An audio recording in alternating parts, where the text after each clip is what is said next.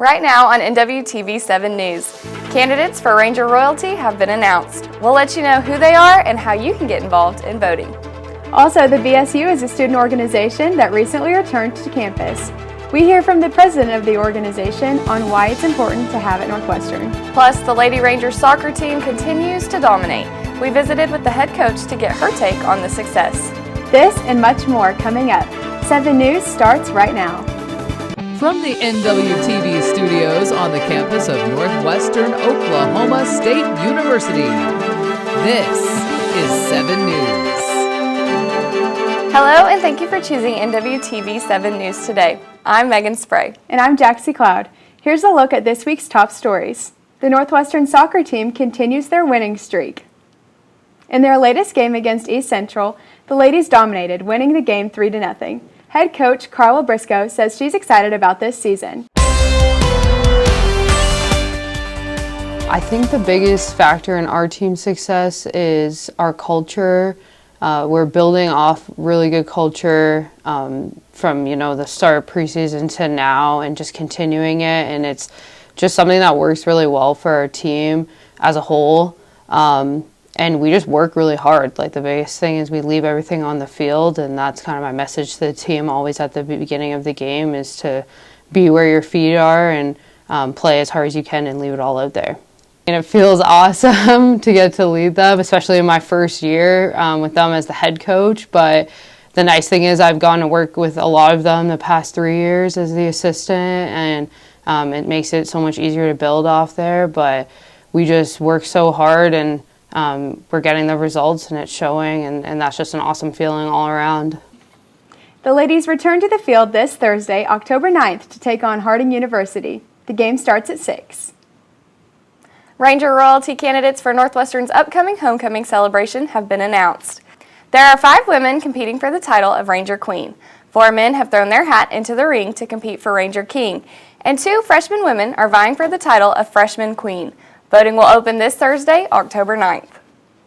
Northwestern's Foundation and Alumni Association recently held their annual donor dinner. The dinner recognizes the donors who continue to support Northwestern's growth. The event allows donors to talk with students in the Northwestern Scholar Ambassador Program. The featured keynote speaker was Walt Woodard. Woodard is a 2-time world champion healer in rodeo competition team roping category. The Psychology Club is hosting a pumpkin decorating contest. How do you get involved? Simply scan the QR code on your screen now. This will register you for the event. Painting will be tonight, October 7th, and tomorrow, October 8th. Pumpkin carving will be October 28th and 29th. These will take place in the Education Center, room 202. Judging will be held October 31st. The Black Student Union is an organization on Northwestern's campus. It was created several years ago and continues to get more active. I had the chance to visit with the president of the BSU, Livia Bocali. She's excited about the future of the BSU. Black Student Union is really just a club where they have it at multiple colleges, but it's really just where Black students can come together and in a PWI space and just connect and have fun and enjoy some time, but also bring other students that aren't Black and just enjoy and show them our culture and just see, like, have a little fun on campus together. Our next upcoming event is this Friday, October 10th, and it's a Family Feud night, and we're just gonna basically play Family Feud as a group. It's kind of similar to how we had Wild and Out Light a couple weeks ago, and it's gonna be really fun, so I think everybody should come and enjoy, and also keep on the lookout for HOCO events. If you're interested in learning more or getting involved, their next event is scheduled for the evening of October 10th from 7 to 9 in the Science Amphitheater. The NASA event that was scheduled to take place at Northwestern this Thursday, October 9th, has been postponed. The government shutdown prompted the need to postpone the event. According to Assistant Professor of Agriculture, Dr. Kent Martin, the event will be rescheduled. However, no one knows when that will happen. The Northwestern volleyball team kicked off their season back on September 5th. Since then, it's been a tough road with just 3 wins under their belt. Head coach John Bengesser has hopes of making it to the conference tournament. what I want to see for this team is I want to see us make that conference tournament, and I want to see us make a run at it again. Our girls are athletic enough to do it.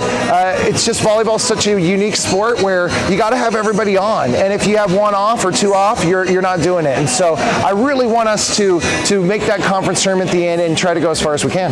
Well, my goal for the season is to just put all the pieces together, and as soon as we do that, like just kind of take off with it. I feel like we're kind of like roller coastering right now. So once we can put all the pieces together and finish off in the end, we could go to the GAC tournament and potentially even win that. So.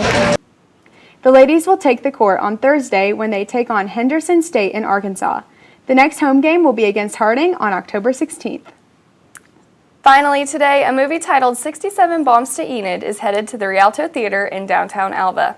This movie is a character-driven documentary by Kevin Ford and Ty McMahon. It examines the lives of survivors of nuclear weapons testing in the Marshall Islands. Some of these survivors relocated to rural America. We recently visited with the directors of the film. They say the movie presents first-hand accounts of bomb blasts and their descendants who speak to the generational impact. A lot of the Marshallese people have found their way to Enid, Oklahoma.